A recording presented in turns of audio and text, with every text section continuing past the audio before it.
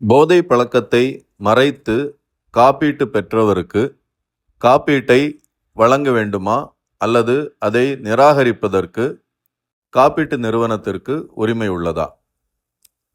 மது பழக்கத்தை தெரிவிக்காமல் அல்லது போதை பழக்கங்களை தெரியப்படுத்தாமல் காப்பீட்டு எடுத்தவர்களின் மருத்துவ காப்பீட்டை நிராகரிப்பது செல்லுபடியாகும் என எல்ஐசிக்கு எதிரான ஒரு வழக்கில் உச்சநீதிமன்றம் தீர்ப்பளித்துள்ளது.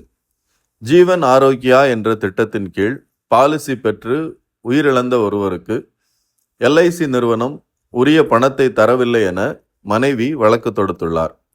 ஆயுள் காப்பீடு செய்தவர் மது, சிகரெட், பீடி, புகையிலை உட்பட்ட பொருட்களை உட்கொள்ளும் பழக்கம் இல்லை என பொய்யான தகவலை அளித்து பாலிசி எடுத்ததாகவும், ஆனால் அதுபோன்ற பழக்கம் அவருக்கு இருந்ததால் அதன் மூலம் பாதிக்கப்பட்டு அவர் உயிரிழந்ததாகவும், எனவே போதை பழக்கத்தை மறைத்து காப்பீட்டை பெற்று உயிரிழந்ததால் அவருக்கான காப்பீட்டுத் தொகையை வழங்க முடியாது எனவும் எல்ஐசி நிறுவனம் பதில் அளித்துள்ளது.